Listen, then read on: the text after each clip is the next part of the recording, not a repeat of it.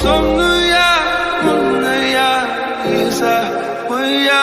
dinlemilaya, sonraya, isa, ज़मी ज़क्या में रब दिखता है ईसा मया में रब दिखता है ईसा